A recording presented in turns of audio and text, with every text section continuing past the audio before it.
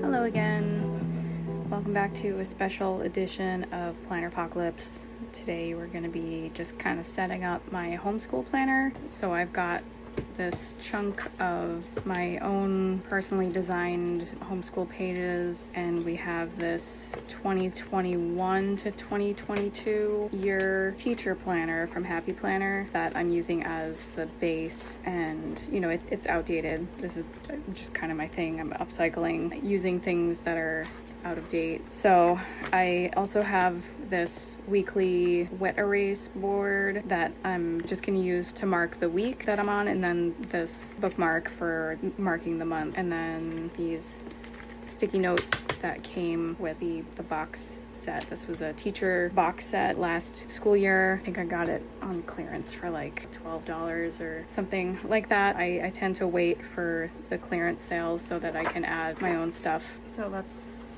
start putting it together. So first things first, I am not going to be using these pages because I just never ever do.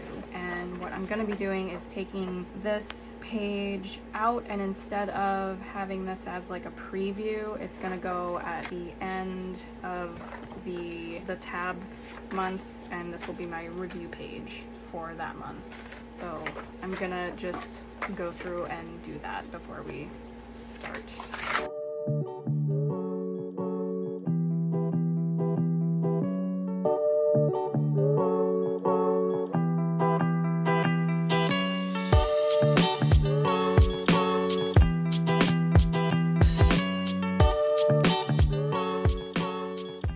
So as you notice, as we got to the back of the planner, we have a blank notes page with that thing jigged there. So that is actually going to be going back up here. But if you will also look at the last page of August, that has this on it. So we're just gonna stick these together. I don't need this notes page, so we're gonna just take this tape runner and just stick them together. Just gonna try to line it up as best I can.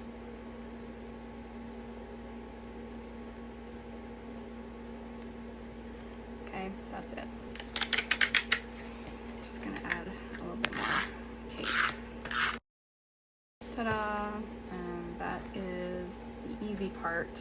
So obviously all of these dates here would be whited out, or you know, I can use number stickers or whatever, stamps.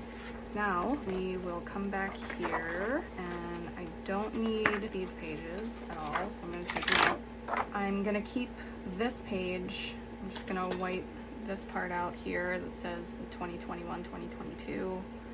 Since that is not the right year. And then we're gonna get into my goal setting pages. If you are not new here, you know that I love goal setting and coming up with goal planners and all this other junk. So this entire section here is gonna be my homeschool goal stuff. So we're just gonna pop it in and get to work.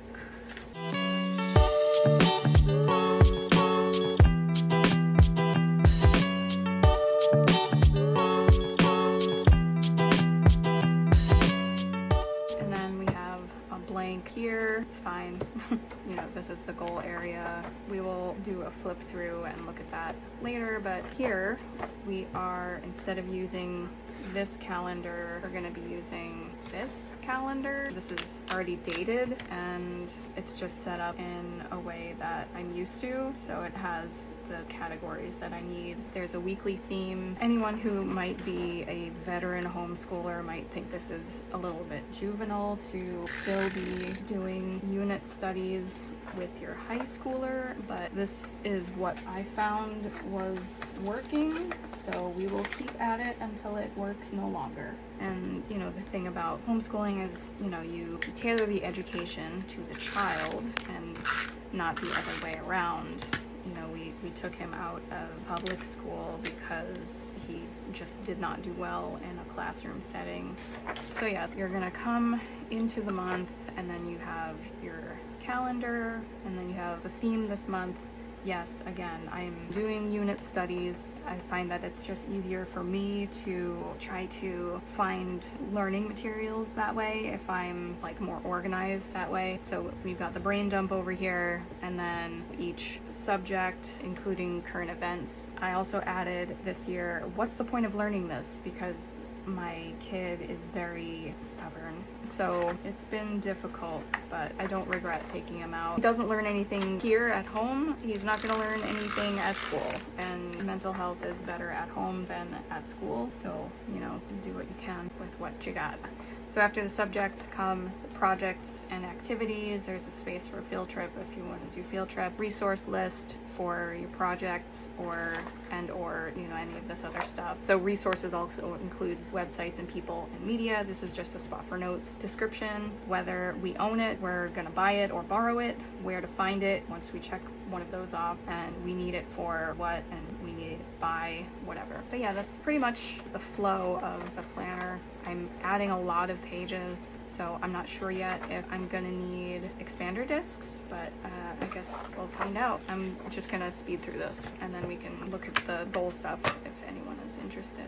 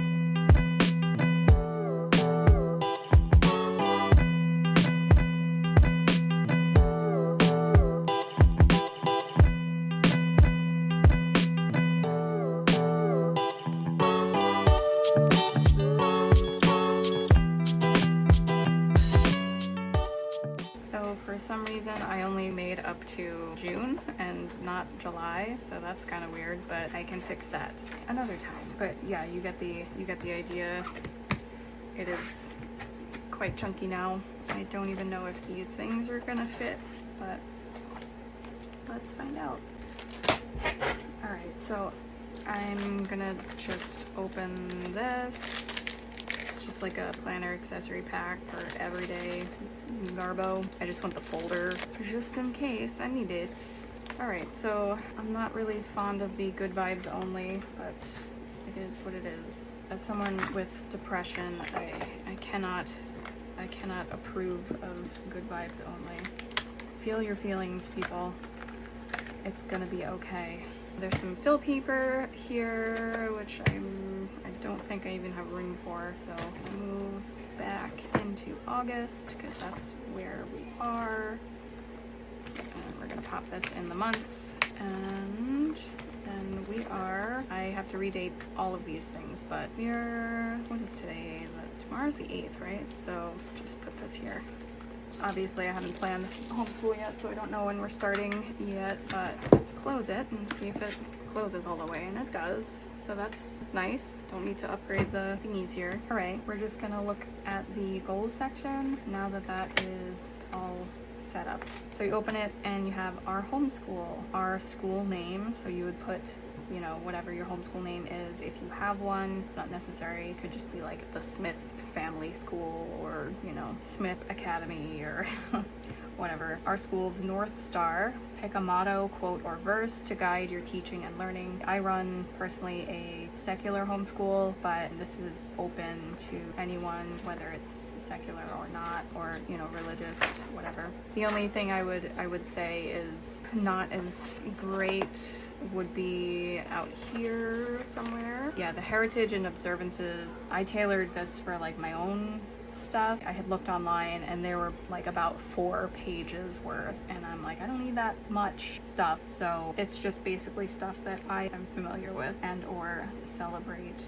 Maybe I made sure that the heritage months were there because that's one of the things that I wanted to put on the monthly theme ideas, so that we're getting educated about that stuff. But anywho, that's jumping the gun. So there's a list of core values that you can choose your top 5. Our motivation, why did we start homeschooling and why do we continue?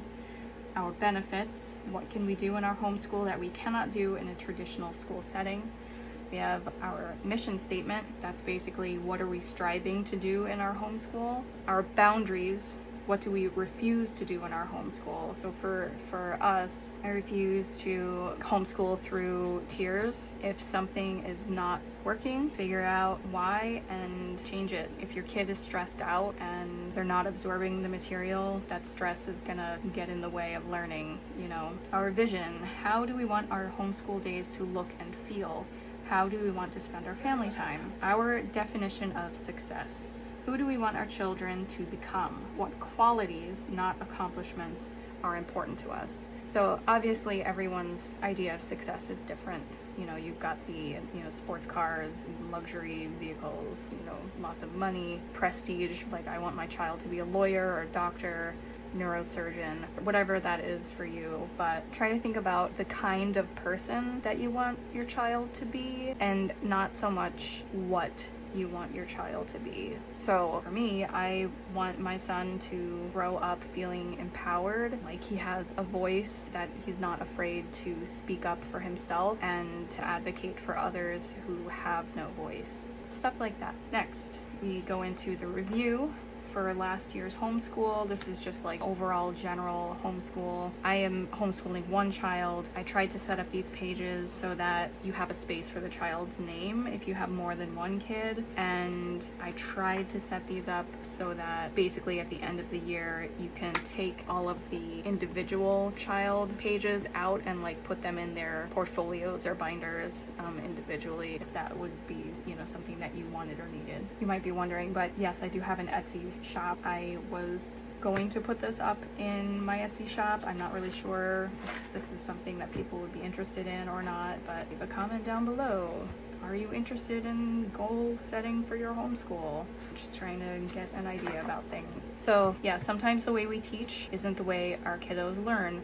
Sometimes we hate crafts, not that I'm speaking from experience because I love them obviously, but our little Frida Kahlo wants to paint all the time. From the early birds to the night owls, make note of your preferences, like as the parent, and your kids' preferences before prioritizing them on the next page. We have obviously mom's preferences. I should have written parents' preferences, and then kids' preferences. Where's my editing pen? It's pink. Give me this. Because not all of us are moms. Some of us are dads, or like non-binary people that have children that they are homeschooling, and that's, I want to be inclusive. So yeah, we've got our preferences, and then we've got our needs. Like, I need my child to be up at a certain time, and I need him to not make me drag him out of bed. He would prefer to sleep late, and he needs certain accommodations. He also needs some more supervision and direction and nudging, and I would prefer that we homeschool in our computer room because our computers are together, so that way I can help him and teach him and stuff like that, while also working on my business stuff on my computer while my kindergartner is in public school.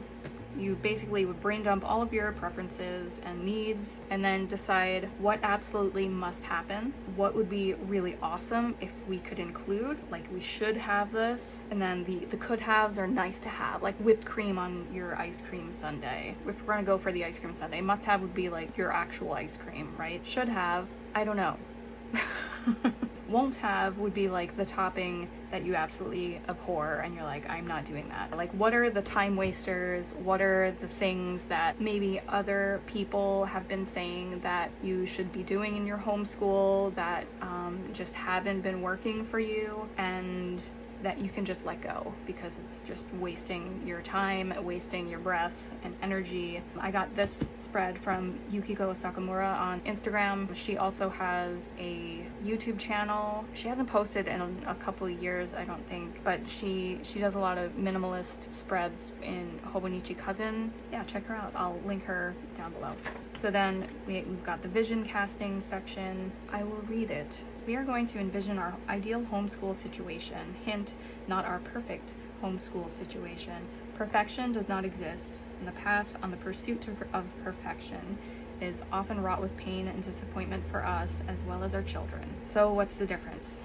Ideal basically means the best choice for you given your unique circumstances, while perfect would be the by-the-book definition of the best choice, regardless of practicality or attainability. I feel the walls closing in on me just from reading that. Let's not do that to ourselves or our kids. Let's close the stuffy old rulebook and dream big. Here are a few questions to get the old imagination station moving and grooving again. How does it feel in our homeschool every day? What kind of atmosphere are we cultivating in order to thrive? So think about, do you want a very active homeschool? Do you want a very calm homeschool? Think about some of those needs you or your children might have.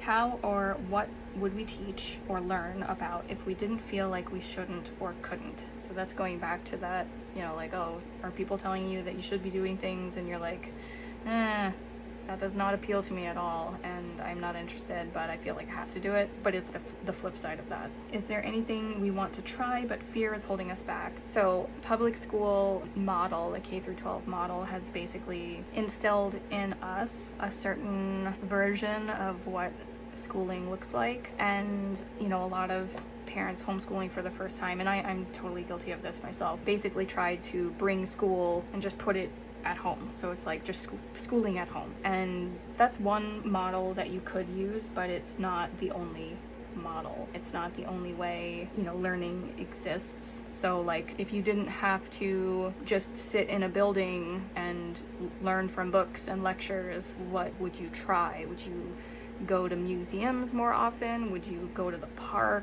What would learning look like if we didn't have to do things we hated? For example, if we didn't have to do math and we could only focus on the things that are more appealing, like writing stories, character development, learning craft skills like sewing, stuff like that. That's just, for me personally, but run with the question. Where and how can we incorporate more of these answers, that's these three, into our homeschool? So obviously, most of us can't just cut math out entirely. At the very least, our kids should know how to deal with money, because we live in a capitalist society, so of course we're going to need money to survive. But will a kid who's not going to college and not doing something math related need trigonometry or calculus? Probably not. But maybe your kids hate writing stories or handwriting, whatever it is, fill in the blank. What would it look like if this experience was easy? How can we simply allow this to happen for us? So this is basically trying to address our built-in resistance to these things. So like, again, if we have family members who don't get homeschooling, who are like breathing down our necks trying to tell us that like, oh, you need to teach them these things because that's what they do in public school or private school. If it's not an absolute like requirement by your state, maybe you don't have to learn that. Unpopular opinion maybe, but you are in charge of your kids' education, not all of these other people. Even though your family and friends mean well, you are the one that knows your child best. Go with your gut. So then these questions are from the book Rethinking School: How to Take Charge of Your Child's Education, which was a superb book. I highly recommend it to anyone who wants, to think outside the box. A lot of this was inspired by that book. So what skills will this education develop? Skills equal what the child can do. What qualities? Qualities equal who the child is. Are there teachers, courses, external structures, or does the child pursue his own learning? Who directs this education? You, another adult or group of adults, like if it's a co-op or something, the child. Does this education involve travel? Where? For what purpose? Is it primarily active or book-centered? Projects or written assignments? What part does earning money play or not play in this scenario? Either is fine. In what places does learning happen? Home, outdoors, in woods and fields, in museums, libraries, hospitals, businesses, or other institutions? Does this education involve any apprenticeships or internships? What sort of relationship does the student have to the other students, if you have any? We only have the one. Does she study alone, together, with peers, with learners of all ages, with adults, or with people of all generations? How does evaluation happen? Does the student take tests, write essays, perform a hands-on demonstration? And again, test taking is not the only way to evaluate a student's progress. There are a lot of different ways to figure out if a kid knows what you're teaching. How much unstructured time is there for play and self-discovery? So this is really important for the little ones, because really little kids, learn through play and not as well through books. So play is important.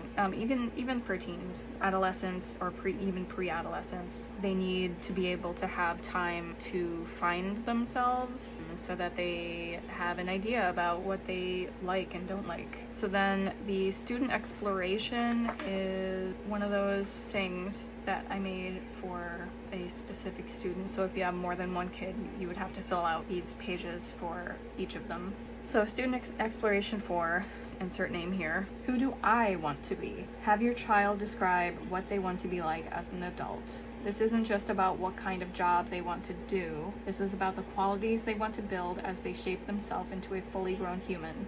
Let their imagination fly. As you go about your homeschool day, move through this exercise with your kiddos, or have them complete it by themselves if they are mature enough to complete it on their own. So just, have them notice how they're feeling throughout the day, and let them know that there's no shame in feeling these feelings. So this is just to get an idea about what's working for them and what's not working. So we have, I am bored when, I'm having fun when, I'm frustrated when, I'm happy when, I'm confused when, I'm interested when, I am distracted when, I pay attention when. And these came from Rethinking School, How to Take Charge of Your Child's Education by Susan Wise Bauer, highly recommended. And then down here it says, at the end of the day, go through this page with your child. When did they feel confused today? When were they angry? When did they laugh? Are the negative feelings attached to certain subjects, methods, teachers, times of day, environments, other people? What patterns come up? So I'm going to go into this in a minute, but not every kid is going to learn the same way. So just pay attention to when they feel more engaged with the material and what you're doing. So this up here is a quote from the book. It says, "Be aware of the things you love. We are all wired to find joy in some activities and stress in others, to prefer some settings and types of company, to be refreshed and rejuvenated in some situations while others exhaust and deplete us. The best learning happens when students are working with, not against, their natural wiring." Susan Wise Bauer. So then we have things I love and places I love. You can use the list of hates if the child can't come up with anything that they love, and you can flip that around and figure out things that they don't hate from there. So propositional versus procedural knowledge. Propositional means knowing that. So it's theoretical knowledge, abstract. You're comfortable with reading and memorization, writing. It's very conceptual. So, you could read a book, memorize some facts, and then know that George Washington was the first president of the United States, So procedural knowledge is knowing how to do something. It's information put to use. So painting, dancing, cooking, sewing, making, doing. So it's like building a skill, whereas propositional is more like book knowledge and facts memorization. Most, if not all, students learn with a blend of both propositional and procedural knowledge. However, one is usually received stronger than the other. A student who needs to do won't be served well by teaching that relies almost exclusively on reading and writing, memorizing, and testing. Which is the dominant style for your child? For my child, it is procedural. My kid would need things like projects instead of book reports. And then we have, does your child like to be alone or in a crowd, quiet or noisy? Whether that is they themselves being quiet or the environment being quiet, in a clean, sparse environment, or surrounded by activity and color. Do they like to create or absorb? Do they like to invent or analyze? Do they like to argue or contemplate? And I'm not talking about argue with you about, like, I don't want to eat that broccoli or whatever. Are they an introvert or an extrovert? These are to help you figure out what methods are going to work for your kid. And then we get into the state requirements. We've got, like, is there a specific procedure for letting your state know that you're homeschooling? Do you need to teach any specific subjects? Like for us, I think it's reading, writing, arithmetic, history, US government, and civics, health and physical education. Science is actually not required in my state, which is mind-blowing to me. It's required in my homeschool though. So you've got what we have to teach this year according to the state, right? And then what we want to learn this year. There's just like a little brain dump section here. You can add more paper if necessary. And then over here, we've got why should I? And again, we have one of these per child. So you'd put their name there. Before we can teach our at times very stubborn kiddos, we should understand how each subject would aid our children in reaching their lifetime goals and dreams so that we can remind them every time they complain. Tailor your responses for each child, since each child is unique and has their own unique goals for the future. That's if they even know what they want to do with themselves in the future. So I've got the basics here. I have, these things here because I am doing those, but I don't know if I should keep those or not. So we've got language arts, math, science, history/social sciences, US government and civics, health and physical education, fine arts, and then I left these two blank for like electives or whatever. And then we've got a little bubble to check off if it's required. And yes, I made this page special for my son, who's always like, what's the point of learning this? I will be prepared with those answers this year. So then we have goals.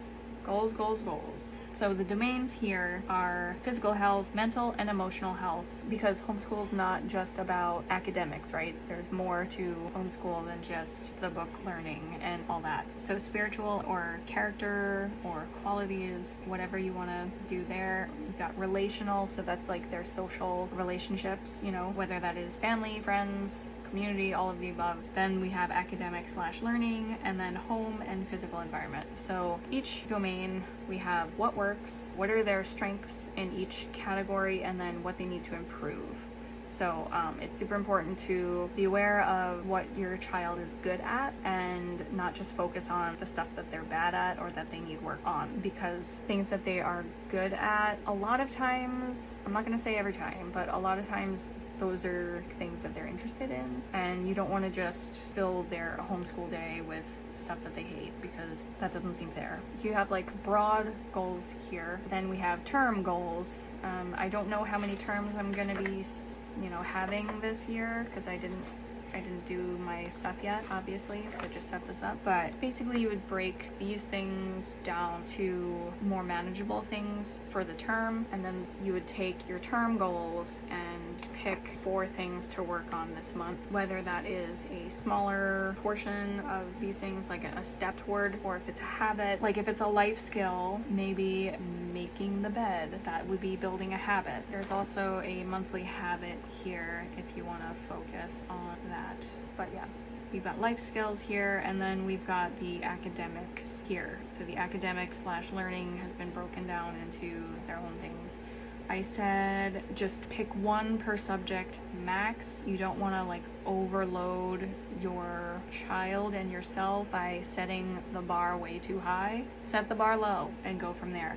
Little steps count. So something to keep in mind, goals should focus on learning and not just completing. There's no point in having the kid finish the entire curriculum if you are pushing them through it and they're not absorbing anything. And make sure to leave room to cultivate their strengths as well as grow and improve what they are not so good at. So then there's a blank notes page here. You've got a curriculum brainstorm, so you can brain dump or whatever here if you wanted to. There's the parental involvement required. Like if you want to be super hands-on with your kids, you can rate the rating here. If you are like, hey, nobody got time for that, then maybe you don't want like a 5-star parental involvement curriculum. If you own it, where is the location? If you borrow it, where are you borrowing it from? Same for buy. Are you buying it used or new? What's the price?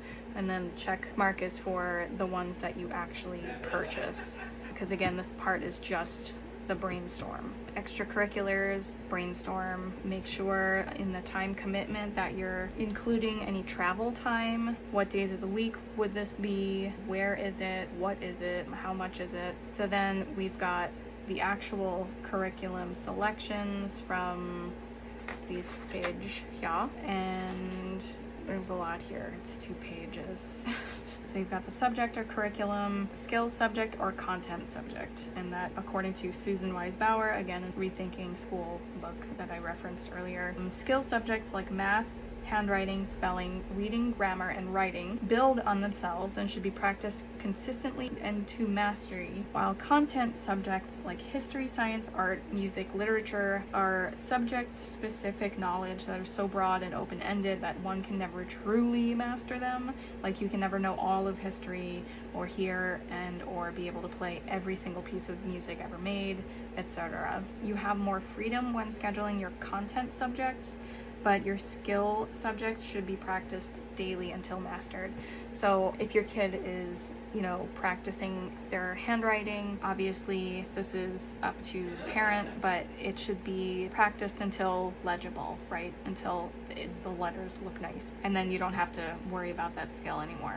Then we've got the length of the curriculum. So, how many chapters is the book, or how many lessons, how many days would it take to complete it, the daily time spent. So if you want to work on it for like an hour or half an hour or whatever, how many times per week are you going to do it, and which days of the week are you going to do it?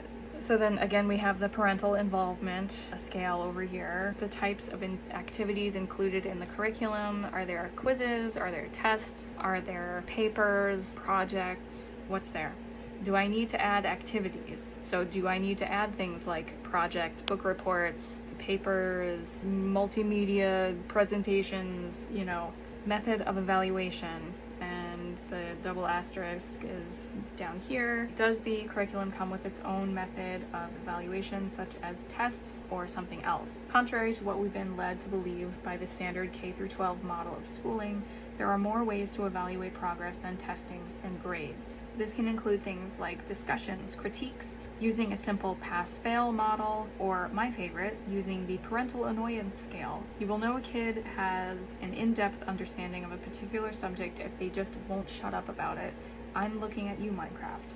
That is a kid displaying their knowledge. That should count for something. And the good news is that you have the power to make that count. So yeah, if you are grading, who will be doing the grading? When will you do the grading? So if your child is old enough, you can have them take the teacher's manual while you are there. Don't let them run off with it. That might not be a good idea. The same goes for correcting work. Like you can have them correct and grade their own work, decide when and how often that's going to happen, what completed work needs to be saved, and where will you save it? Does your state require you to have a portfolio that you keep? And where are you going to keep it? Do you have a box or a binder or a gigantic stack of papers? Make sure you don't save literally everything. Save their best work. Does this fit my child's maturity level, needs, and goals? So Susan Wise-Bauer in her book talks about the child's maturity level being displayed as wordless frustration when they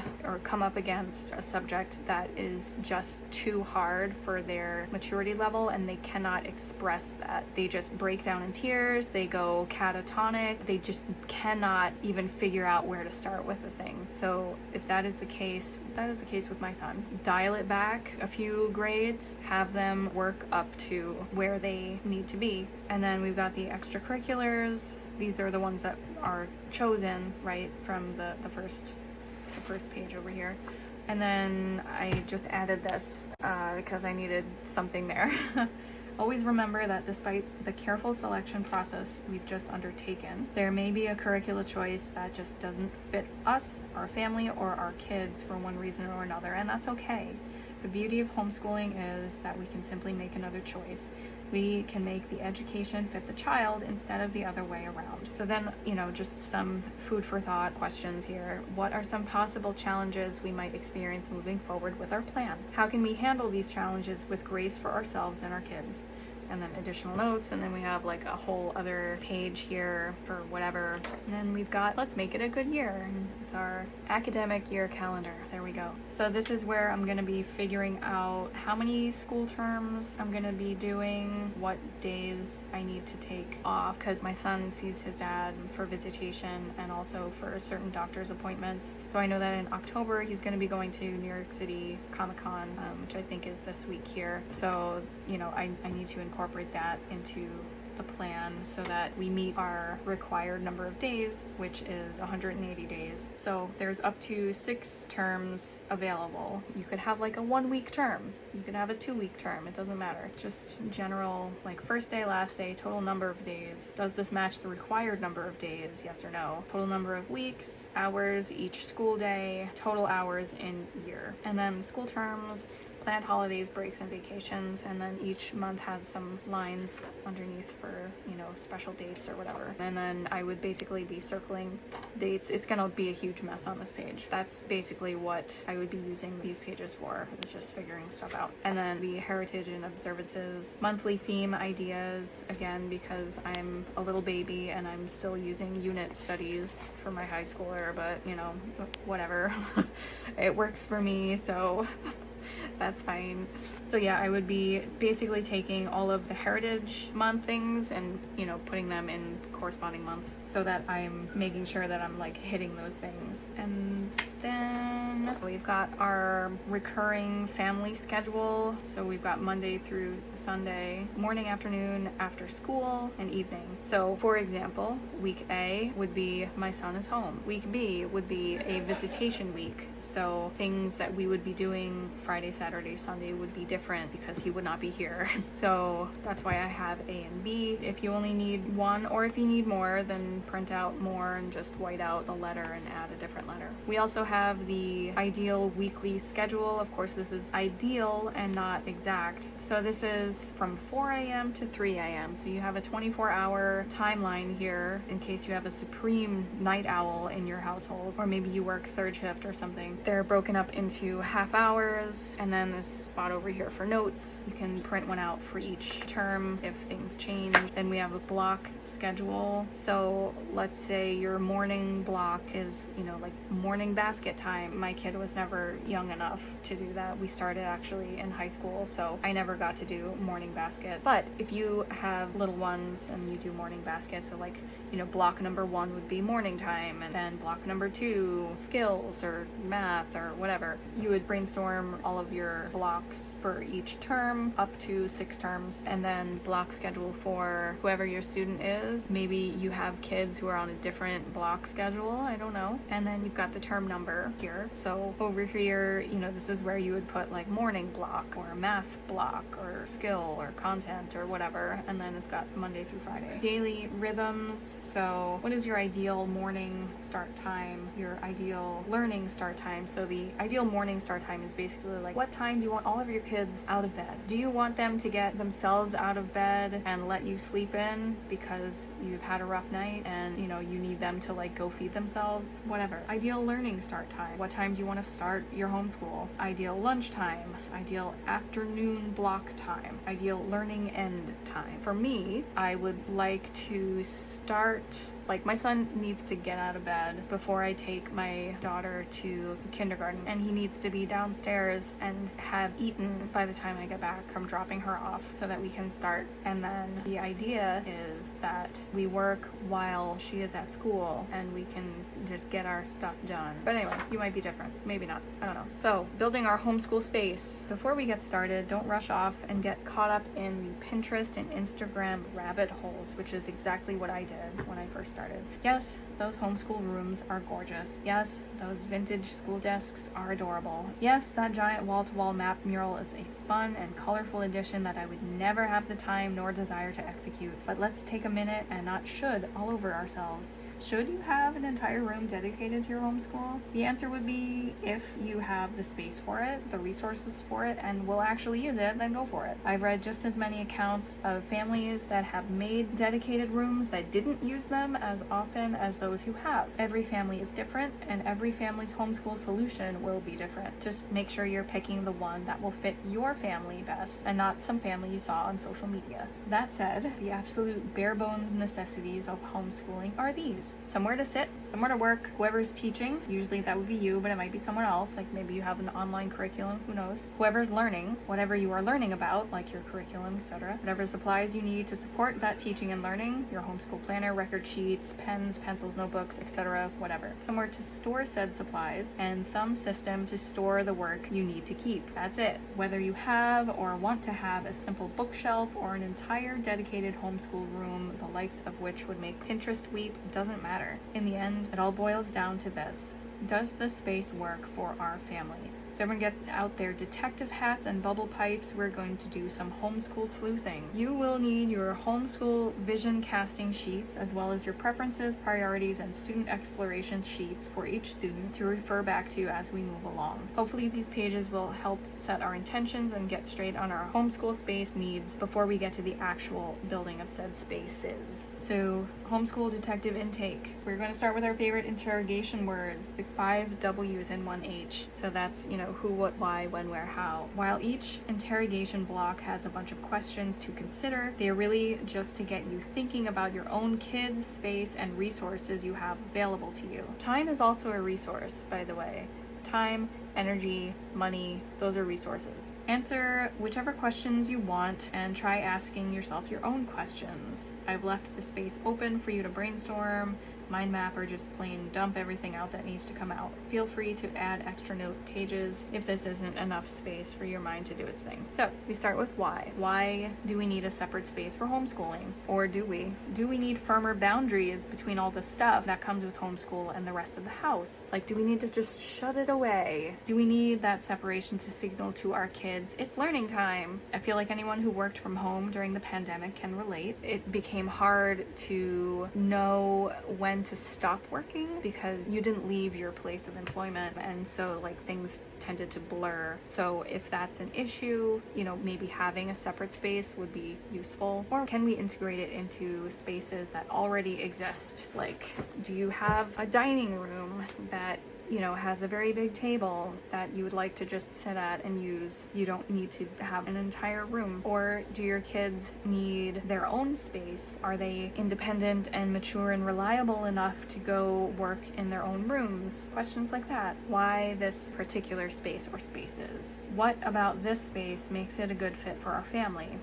Do you want everyone to be together? Do you want everyone to work apart? So what space or spaces, whatever the size, do we have to work with? Maybe, you have an extra bookshelf that you used to use for cookbooks in the kitchen or something, and now you got rid of your cookbooks and you have this shelf and you're like, I don't know what to do with this. Could you maybe use that to store some of your homeschool stuff? Are you going to homeschool in the kitchen? Things like that. Going back to our homeschool vision, what atmosphere are we hoping to cultivate while in this space? So if you wanted a calm space, does the environment reflect that? Or is it neon yellow and filled with clutter and right next to the window, right near the highway, and so there's lots of noise? Stuff like that. Is your room set up to support the people who are going to be using that room? What are we using this space for?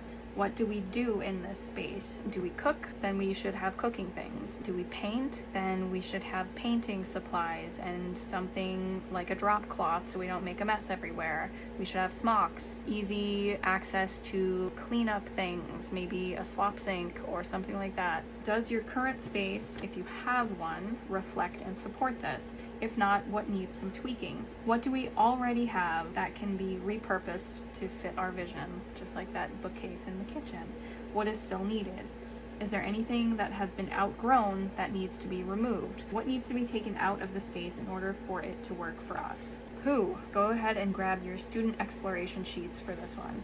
Who is using this space? How many people will be in this space at once? What are the ages, maturity levels, and independence levels of my kids? Do my kids need their own space, or will we be working together as a group? What special needs and or accommodations, if any, do my kiddos have? If they can't sit still, could you use an exercise ball instead of a chair, or maybe a chair that swivels? Would my kids benefit from a feelings corner or a quiet corner if they get overstimulated and need to just chill out for a few minutes? Are they particularly messy or disorganized? How can we tweak the environment to make the organization easier to accomplish for everybody? When do I function at my best? When do each of our kids function at their best? When are we homeschooling? If homeschooling during the summer, do we have methods to keep cool and hydrated? If homeschooling at night, are there enough lights in our space? Like if you're in the basement and you're in there during the daytime setting up and you're like, yeah, this is awesome, but then realize you're going to be homeschooling at night and it looks like, you know, some kind of murder house down there.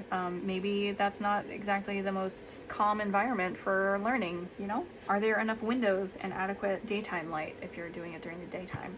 How do we homeschool? If it's mostly through books, we could probably use a bookshelf, maybe some comfy reading chairs or a couch. If we watch documentaries, do we have something to watch them on, like a TV, a computer, or a tablet? Do we utilize online learning? If so, we will need a computer or tablet and a workspace of some kind for that. Headphones might also be useful. Do we have littles that do well learning mostly through play? Would a play kitchen or space to play games be needed? Also think about naps. Who still needs to take a nap aside from me? Because I'm ready for a nap.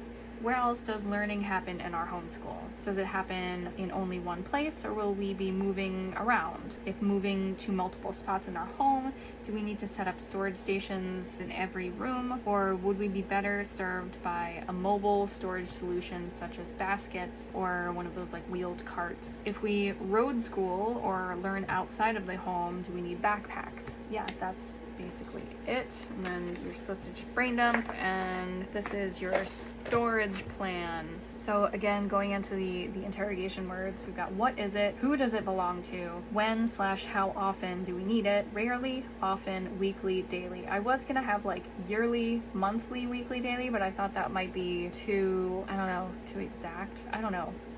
I did it this way. Where will this item live? In shared storage, and then, you know, like where is shared storage and individual storage, and then you would put like the kid's name. So then furniture and decor, you have your item.